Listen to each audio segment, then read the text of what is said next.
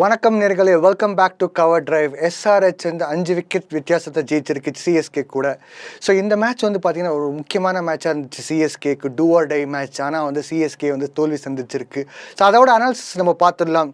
CSK versus SRH வந்து MA Chidambaram stadium நம்ம home கிரவுண்டில் ஆடிருந்தாங்க. டாஸ் வந்து சிஎஸ்கே தான் ஜெயிச்சிருந்தாங்க. டாஸ் ஜெயித்த உடனே பேட்டிங் எடுத்திருக்காங்க. அது ஒரு நல்ல முடிவு தான். ஏன்னா வந்து பேட்டிங் எடுத்த பிறகு பார்த்தீங்கன்னா ஏகப்பட்ட ரன் ஸ்கோர் பண்ணி, அதே போல் வந்து எஸ்ஆர்ஹெச்சை வந்து செகண்ட் பேட்டிங் ஆடும்போது ரெஸ்ட்ரிக்ட் பண்ணி அவங்கள வந்து பெரிய அளவுக்கு ஸ்கோர் கொண்டு வராமல் இருந்தால் கண்டிப்பாக வந்து சிஎஸ்கேக்கு ரன் ரேட் அதிகமாக வரும். இது ஒரு நல்ல முடிவு தான். பட் வந்து எங்கே ஃபெயிலியர் ஆனாங்க பார்த்துடலாம். ஸோ முதல்ல வந்து எஸ்ஆர்ஹெச் வந்து போலிங் போடும்போது ஒரு சரியான போலிங் அட்டாக்கோடு தான் வந்திருந்தாங்க. பவர் பிளே வந்து ஃபோக்கஸ் பண்ணி வந்தாங்க. பவர் பிளேயில் வந்து அவங்களுக்கு முக்கியமாக அந்த 2 விக்கெட் எடுத்தால் போதும் அப்படின்னு பார்க்கும்போது சஞ்சுவோட விக்கெட் தான் முக்கியமாக இருந்துச்சு. ஸோ சஞ்சுவே வந்து பார்த்திங்கன்னா 27 ரன் அடித்த பிறகு வந்து அவரை வந்து விக்கெட்டை எடுத்திருக்காங்க எஸ்ஆர்ஹெச்.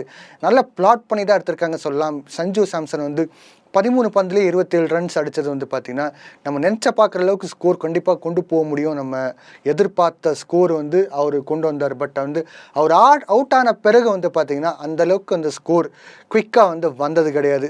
ஸோ அதில் வந்து பவுண்ட்ரிஸ் நீங்கள் எடுத்து பார்த்தாலே வந்து 5 பவுண்ட்ரிஸ் அடிச்சிருந்தார் சஞ்சு சாம்சன். அதே போல் ஒரு 6 அடிச்சிருந்தார். ஸ்ட்ரைக் ரேட் கூட சரியான ஸ்ட்ரைக் ரேட் 207.69 அந்த அளவுக்கு ஸ்ட்ரைக் ரேட் கொண்டு வந்திருந்தார். ஸோ T20க்கு தகுந்த ஒரு கிரிக்கெட் தான் ஆரம்பித்து ஒரு ஸ்கோரை கொண்டு போகலாம் பார்க்கும்போது இந்த பக்கம் மறுபடியும் அந்த ஆப்போசிட் சைடில் ருத்துராஜ் கைக்வாட் சிஎஸ்கே கேப்டன் பார்த்தீங்கன்னா பெரிய அளவுக்கு வந்து குவிக் ஸ்கோரிங் கிடையாது அவர்கிட்ட இருந்து. அவரும் வந்து அந்தளவுக்கு குவிக்காக ஆடாமல் இருக்கிறனால ரன் ரேட்டும் வந்து ஒரு பக்கமாக வந்து அடி வாங்கியிருந்துச்சு. இன்னொரு பக்கம் வந்து உருவில் பட்டேல் கூட அவுட் ஆகிட்டார் 13 ரன்ஸுக்கு 8 பந்தில். அதில் வந்து 2 6 அடிச்சிருந்தார். So Urvil Patel one of the fastest half centuries கூட வச்சிருக்காரு ப்ளஸ் சிஎஸ்கே சார்பாக. அதே போல் வந்து ஐபிஎல்லோட ஹிஸ்ட்ரியில் எடுத்து பார்த்தீங்கன்னா கூட அந்த அளவுக்கு ஒரு கேலிபர்ட் பிளேயர் கூட சீக்கிரமாக அவுட் ஆனது வந்து ஒரு பெரிய பிரச்சனையாக இருந்துச்சு. பவர் பிளே முதல் 6 ஓவர்ஸ் நீங்கள் எடுத்து பார்த்தீங்கன்னா 57 ரன்ஸ் அடிச்சிருந்தாங்க. அதே போல் 2 விக்கெட் வந்து லாஸ் பண்ணியிருந்தாங்க. ரன் ரேட் வந்து 9.5 இருந்துச்சு. இதுக்கு முன்னால் நம்ம வந்து சொன்ன மாதிரி வந்து ஒரு 90 ரன்ஸ் அந்த மாதிரிலாம் கூட அடிச்சிருந்தாங்க சிஎஸ்கே.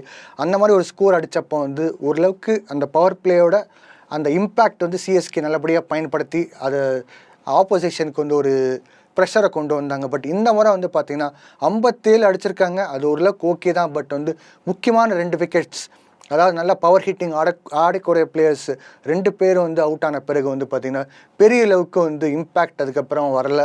அதே போல் வந்து மிடில் ஓவர்ஸ் நம்ம பார்க்கும்போது கூட வந்து ஓவரால் ஸ்கோர் 15 ஓவர்ஸ் முடிஞ்ச பிறகு வந்து பார்த்திங்கன்னா 132க்கு 4 விக்கெட் வந்து லாஸ் பண்ணியிருந்தாங்க சிஎஸ்கே.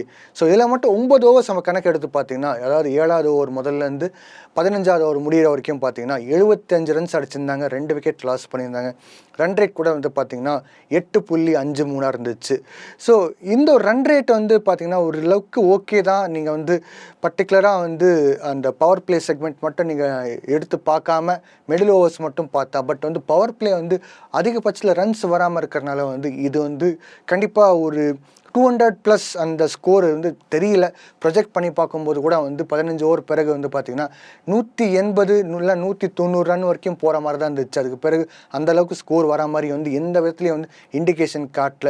ருத்துராஜ் கைக்வாட் கூட வந்து பவர் பிளே முடித்த பிறகு வந்து அவரோட விக்கெட் வந்து லாஸ் பண்ணியிருந்தார். 15 ரன்ஸ் மட்டுமே அடித்தார்.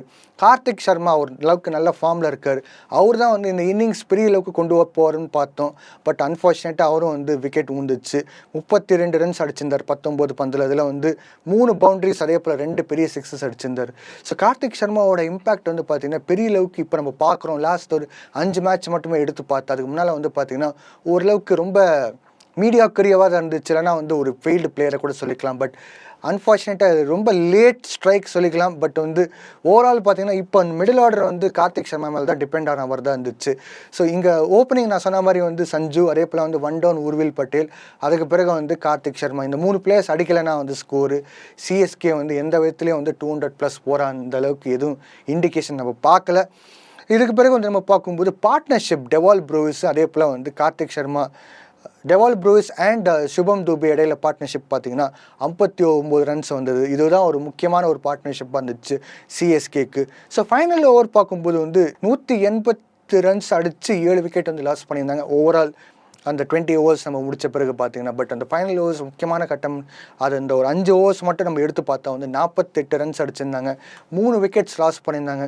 இந்த 3 விக்கெட்ஸ் லாஸ் பண்ணது வந்து பர்டிகுலராக இந்த ஃபைனல் ஓவர்ஸில் வந்து ஒரு முக்கியமான ஒரு செட்பேக்காக இருந்துச்சு. ஏன்னா வந்து டெவால் ப்ரூவிஸ் வந்து ஓரளவுக்கு ஃபார்முக்கு வந்த மாதிரி இருந்தது. அவர் வந்து 44 ரன்ஸ் அடித்தார் 27 பந்தில். அவர் வந்து 2 பவுண்ட்ரிஸ், அதே போல் வந்து 4 சிக்ஸஸ் அடித்தார். ஸ்ட்ரைக் ரேட் கூட ஓரளவுக்கு ஓகே, 162.96 இருந்துச்சு.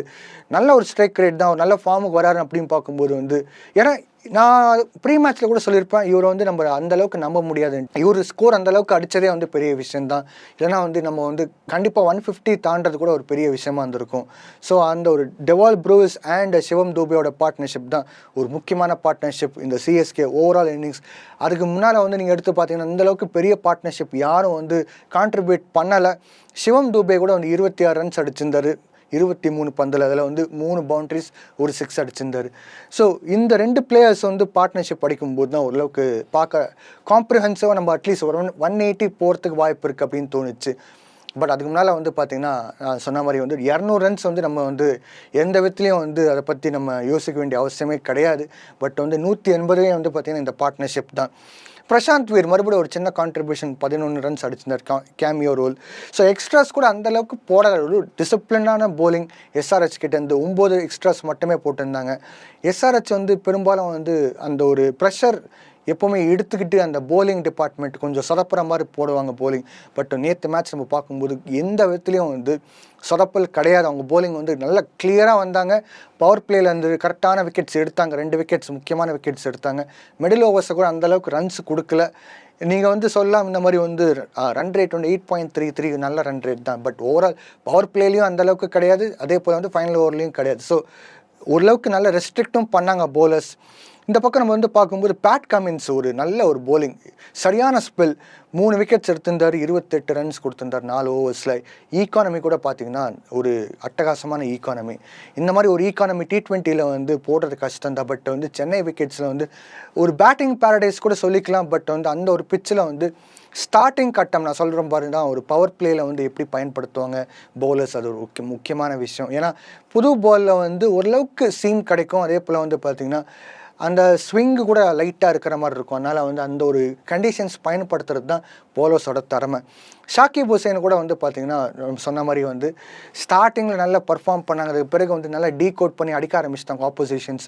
அதுக்கு பிறகு கொஞ்சம் கொஞ்சமாக ஃபார்மில் வந்து இன்றைக்கி பார்த்திங்கன்னா அவங்க வந்து பெரிய அளவுக்கு வளர்ந்துன்னு வந்துட்டுருக்காங்க எஸ்ஆர்ஹெச் டீம் சார்பாக. அதே போல் வந்து ஐபிஎல்லோட சர்க்கியூட் 2026 நம்ம எடுத்து பார்த்திங்கன்னா பிளேயர்ஸ், புது பிளேயர்ஸ், அன்கேப் பிளேயர்ஸ் எடுத்து பார்த்திங்கன்னா ஷாக்கிப் ஹுசேன் வந்து ஒன் ஆஃப் த பிளேயர்ஸ் சொல்லிக்கலாம். அவர் வந்து நேற்று மேட்ச்சில் வந்து 2 விக்கெட் எடுத்திருந்தார். அதே போல் வந்து 34 ரன்ஸ் கொடுத்தார் 4 ஓவர்ஸில். அவரோட ஈக்கானமி கூட ஓரளவுக்கு நல்லா மெயின்டைன் பண்ணியிருந்தார். ஏன்னா இதுக்கு முன்னால் நம்ம மேட்சஸ் பார்த்துருக்கலாம், ஷாக்கிப் ஹுசேனோட போலிங்கில் வந்து பேட்டர்ஸ் வளர்ந்து கட்டு அந்த அளவுக்கு பெரிய ஸ்கோர் வந்து கொண்டு போயிருப்பாங்க அவரோட ஓவரில் அட்டாக் பண்ணி. பட் நேற்று மேட்ச்சில் ஓரளவுக்கு நல்ல ஒரு டிசிப்ளின்டான போலிங் போட்டு 2 முக்கியமான விக்கெட்ஸ் எடுத்தார். அதே போல் வந்து இஷான் மலிங்கா முக்கியமான பவுலர் நான் சொன்னேன் எஸ்ஆர்ஹெச்க்கு. ஏன்னா ஃபாரின் பிளேயராக வந்து 4 பிளேயர்ஸ் தான் எடுக்க முடியும். பேட்டர்ஸில் பார்த்தீங்கன்னா ட்ரேவிஸ் ஹெட் எடுக்க முடியும். அதே போல் வந்து ஹென்ரிக் கிளாசன். இந்த பக்கம் பவுலர்ஸில் பேட் கமின்ஸ், இஷான் மலிங்கா எடுக்க முடியும். ஸோ இஷான் மலிங்கா ஒரு நல்ல இம்ப்ரெசிவான ஒரு போலிங் போட்டு 4 ஓவரில் 26 ரன்ஸ் மட்டுமே கொடுத்து ஒரு முக்கியமான விக்கெட் வேறு எடுத்திருந்தார். ஸோ அதனால் வந்து இஷான் மலிங்கா வந்து ஒரு ட்ரம்ப் கார்டு மாதிரி எஸ்ஆர்ஹெச்சோட டீமில். பிரஃபுல் ஹிங்கே அவரும் ஒரு விக்கெட் எடுத்திருக்காரு. பிரஃபுல் ஹிங்கே அண்ட் ஷாக்கிப் ஹுசேன் பார்த்தீங்கன்னா 2 பிளேயர்ஸ் ஃபைண்ட் அவுட் பிளேயர்ஸ் எஸ்ஆர்ஹெச்க்கு இந்த சீசனில் அருமையாக போலிங் இப்போ போட்டுருக்காங்க. அடியும் வாங்கினாங்க. பட் வந்து அதுக்கு பிறகு நல்ல ஒரு கம்பேக் கொடுத்து விக்கெட்ஸ் கூட எடுக்கிறாங்க. ஸோ பிரஃபுல் ஹிங்கே கூட வந்து பார்த்திங்கன்னா 3 ஓவர்ஸில் வந்து 37 ரன்ஸ் கொடுத்துருந்தார். ஸோ அது மட்டும்தான் ஒரு செட் பேக்காக இருந்துச்சு. பட் அதுக்கப்புறமா வந்து ஒரு நல்ல கம்பேக் எஸ்ஆர்ஹெச் பேட்டிங்கில் தான் நம்ம பார்த்துருந்தோம். ஸோ எஸ்ஆர்ஹெச் பேட்டிங் நம்ம பார்க்கும்போது பவர் பிளேயில் வந்து பர்டிகுலராக அபிஷேக் சர்மா, ட்ரேவிஸ் ஹெட்டுக்கிட்ட வந்து நம்ம ஓரளவுக்கு வந்து ஸ்கோர் அதிகமாகவே அடிப்பாங்கன்னு பார்த்தோம். பட் வந்து அபிஷேக் சர்மா 26 ரன்ஸ் அடித்து அவுட் ஆகிட்டார். அதே போல் வந்து பவர் பிளே நம்ம எடுத்து பார்த்தோம்னா வெறும் 6 ஓவர்ஸில் வந்து 45 ரன்ஸ் அடிச்சிருந்தாங்க. ஒரு விக்கெட் வந்து லாஸ் பண்ணியிருந்தாங்க. ரன் ரேட் கூட பார்த்தீங்கன்னா 7.5 ஒரு அற்புதமான ஒரு ரன் ரேட்டு. அதுக்கு பிறகு தான் ஒரு நல்ல பார்ட்னர்ஷிப் வந்து ஸ்டார்ட் ஆகிருந்துச்சு எஸ்ஆர்ஹெச்க்கு. இஷான் கிஷன் அதே போல் ஹென்ரிக் கிளாசன் இவங்க 2 பேர் இடையில் வந்து பார்ட்னர்ஷிப் பார்த்தீங்கன்னா 75 ரன்ஸ் பார்ட்னர்ஷிப் வந்தது. இந்த பார்ட்னர்ஷிப் தான் வந்து பார்த்திங்கன்னா சிஎஸ்கேக்கு இல்லாமல் போச்சு. சிஎஸ்கே பேட்டிங் ஆடும்போது வந்து பார்த்திங்கன்னா வெறும் நான் சொன்ன மாதிரி 59 ரன்ஸ் மட்டும்தான் வந்து டெவால் ப்ரூவிஸ், சிவம் தூபே இடையில் வந்து ஒரு பார்ட்னர்ஷிப் உருவாயிருக்கு. பட் வந்து நீங்கள் கம்பேர் பண்ணி பார்த்தீங்கன்னா அந்தளவுக்கு பெரிய பார்ட்னர்ஷிப் கூட கிடையாது. வெறும் ஒரு 50 ரன்ஸ் தாண்டின ஒரு பார்ட்னர்ஷிப் சொல்லிக்க முடியும், அவ்வளோதான். அதே போல் வந்து ஒரு பவர் பிளேயில் பார்ட்னர்ஷிப், அந்த ஒரு பவர் பிளேலேருந்து ஸ்டார்ட் ஆகி மிடில் ஓவரில் போகிற பார்ட்னர்ஷிப் தான் ரொம்ப முக்கியமான விஷயம். ஸோ அதே வந்து இல்லாமல் போச்சு இங்கே சிஎஸ்கேக்கு. எஸ்ஆர்ஹெச்க்கு அது இருந்தது. ஸோ அதனால் வந்து அது பெரிய அளவுக்கு அவங்க ஸ்கோர் குவிக்காக அடித்து ஒரு கான்ஃபிடண்ட்டான இன்னிங்ஸ் கூட ஆடினாங்க. ஸோ மிடில் ஓவர்ஸ் நான் சொல்கிற மாதிரி வந்து பார்த்திங்கன்னா 7லேருந்து 15 ஓவர் முடிகிற வரைக்கும் அதில் வந்து ஸ்கோர் வந்து டோட்டல் ஸ்கோர் பார்க்கும்போது 137 ரனுக்கு வந்து 3 விக்கெட்ஸ் லாஸ் பண்ணியிருந்தாங்க. இந்த 137 ரன்ஸ் சொல்கிறோம் பார்த்தீங்களா, அதுவே வந்து கிட்டத்தட்ட வந்து அந்த ஸ்கோர் ஓவரால் 180 அந்த ஸ்கோர் கிட்டேயே வந்து க்ளோஸாக போகிற மாதிரி தான் இருந்துச்சு. ஸோ ஒரு நல்ல பேட்டிங் டிஸ்பிளே நம்ம பார்த்துருக்கோம். அந்த பார்ட்னர்ஷிப் 75 நான் சொன்ன மாதிரி இன்னொரு பார்ட்னர்ஷிப் கூட உருவாயிருக்கு. இதில் வந்து பார்த்திங்கன்னா பார்ட்னர்ஷிப் பிட்வீன் சாஹில் அரோரா, புது பிளேயர், இவர் கூட வந்து பார்த்திங்கன்னா பேட்டிங்கில் ஓரளவுக்கு அடிக்க ஆரம்பிச்சிருக்காரு. ஸோ எஸ்ஆர்ஹெச்க்கு வந்து ஒரு கிட்டத்தட்ட நல்ல கான்ட்ரிபியூஷன்ஸ் 3 மேட்ச்சில் வந்து பண்ணியிருந்தார். ஸோ நேற்று மேட்ச்சில் கூட பார்ட்னர்ஷிப் பார்த்தீங்கன்னா இஷான் கிஷன் அண்ட் சாஹில் அரோரா இடையில வந்து பார்த்திங்கன்னா 22 ரன்ஸ் வந்தது.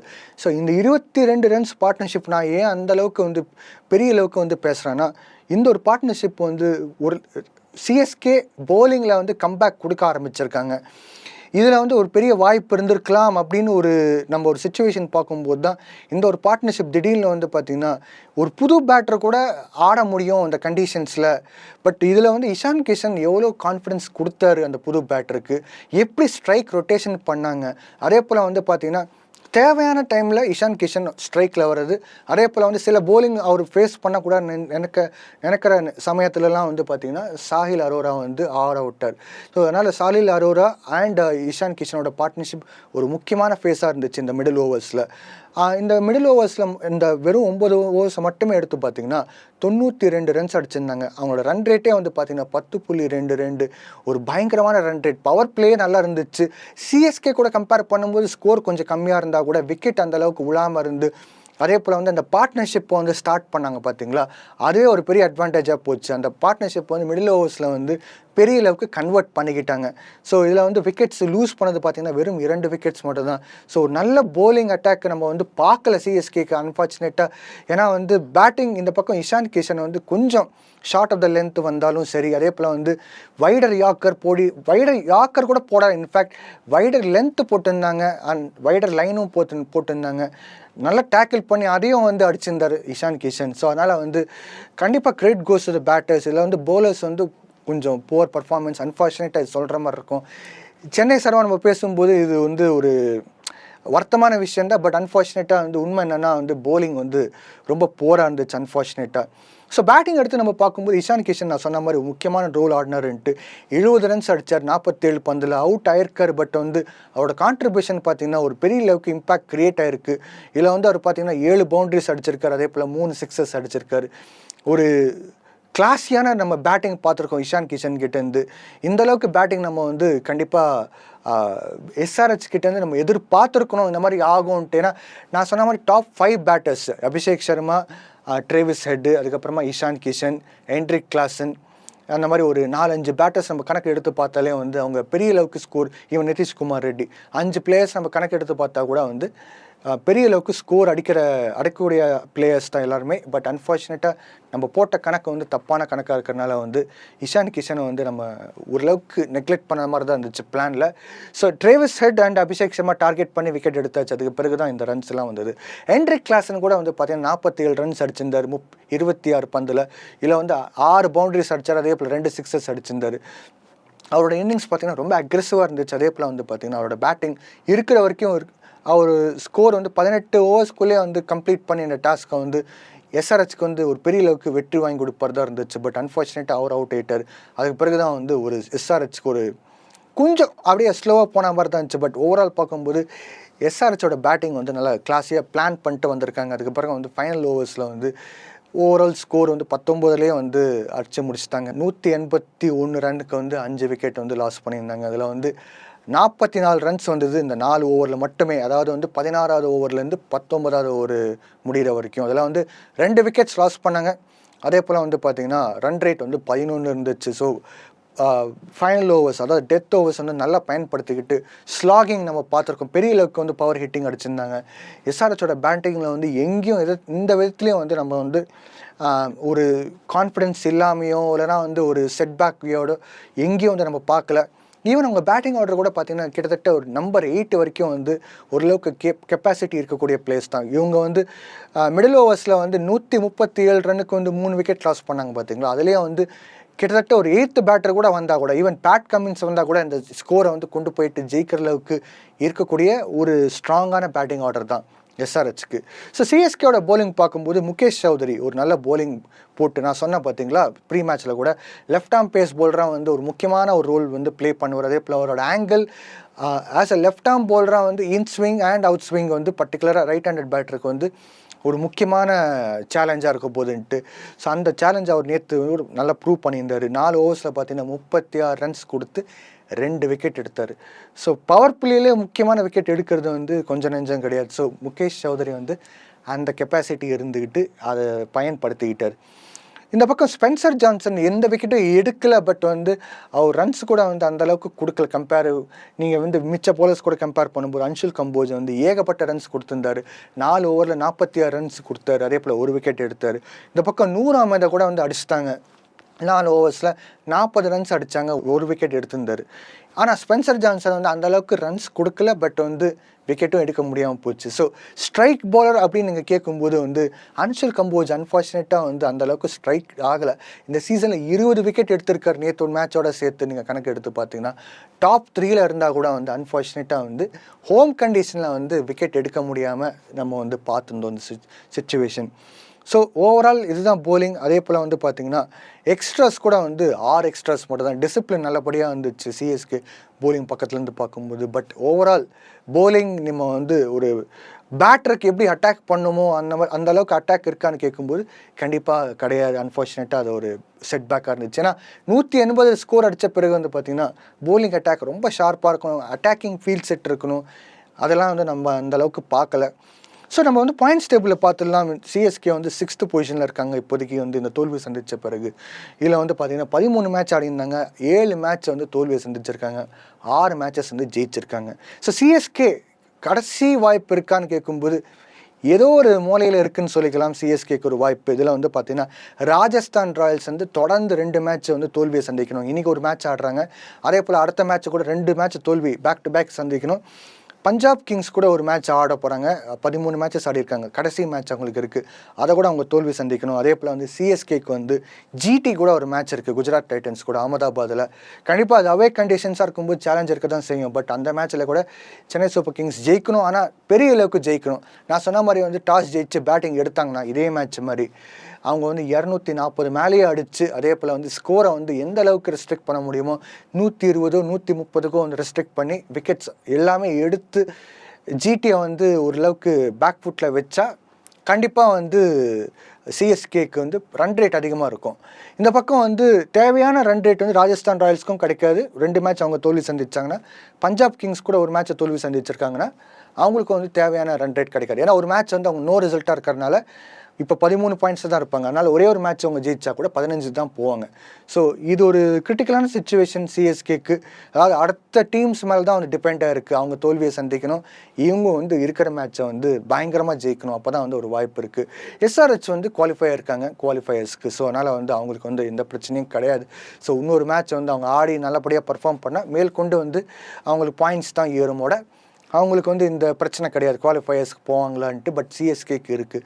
ஸோ அடுத்த மேட்ச்சில் வந்து சிஎஸ்கே வர்சஸ் ஜிடி கடைசி மேட்ச், அதாவது இந்த ரவுண்ட் ராபின் ஃபார்மேட்டில் வந்து கடைசி மேட்சாக இருக்கிறப்ப அது என்ன எப்படி இருக்கும், அது அந்த மேட்சை பற்றி நம்ம அடுத்த நிகழ்ச்சியில் பேசலாம். ஸோ அது வரைக்கும் வந்து இந்த நிகழ்ச்சி தொடர்ந்து பார்த்துக்கிட்டு வாங்க.